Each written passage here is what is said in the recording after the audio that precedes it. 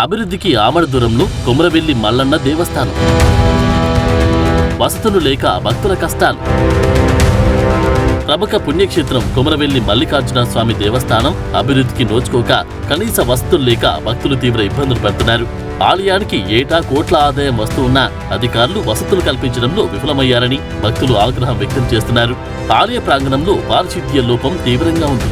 చెత్తా చెదారం మురికి పేరుకుపోయి దుర్వాసన వస్తూ ఉండగా భక్తులకు తాగునీరు కూడా కరువైంది. కోనేరు పూర్తిగా కలుషితమై స్నానాలు ఆచరించలేని పరిస్థితి నెలకొంది.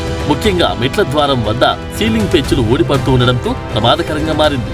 అధికారులు నామమాత్రం పనులు చేసి చేతులు దులుపుకుంటున్నారని, ఆలయ ఈవో పట్టించుకోవడం లేదని భక్తులు విమర్శిస్తున్నారు. పాలక మండలి లేకపోవడం వల్లనే ఈ దుస్థితి ఏర్పడిందని, జనగామ డీసీసీ కొమ్మూరి ప్రతాప్ రెడ్డి స్వార్థమే ఇందుకు కారణమని భక్తులు, స్థానిక నాయకులు ఆరోపిస్తున్నారు. తక్షణమే ఎండోమెంట్స్ అధికారులు, దేవాదాయ శాఖ మంత్రి స్పందించి వసతులు కల్పించాలని, వెంటనే పాలక మండలిని ఏర్పాటు చేయాలని భక్తులు కోరుతున్నారు.